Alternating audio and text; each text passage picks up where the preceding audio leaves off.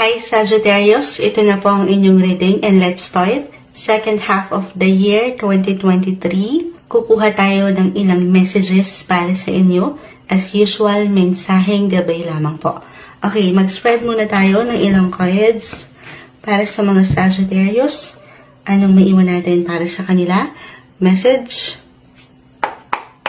Maging focus ng ilan sa inyo o naangat ito ng kusa ay ang inyong sektor ng pakiramdam.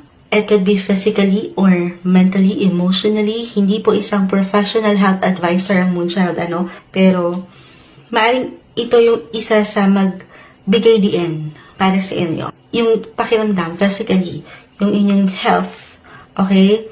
Na maaaring may kaugnayan kung paano nyo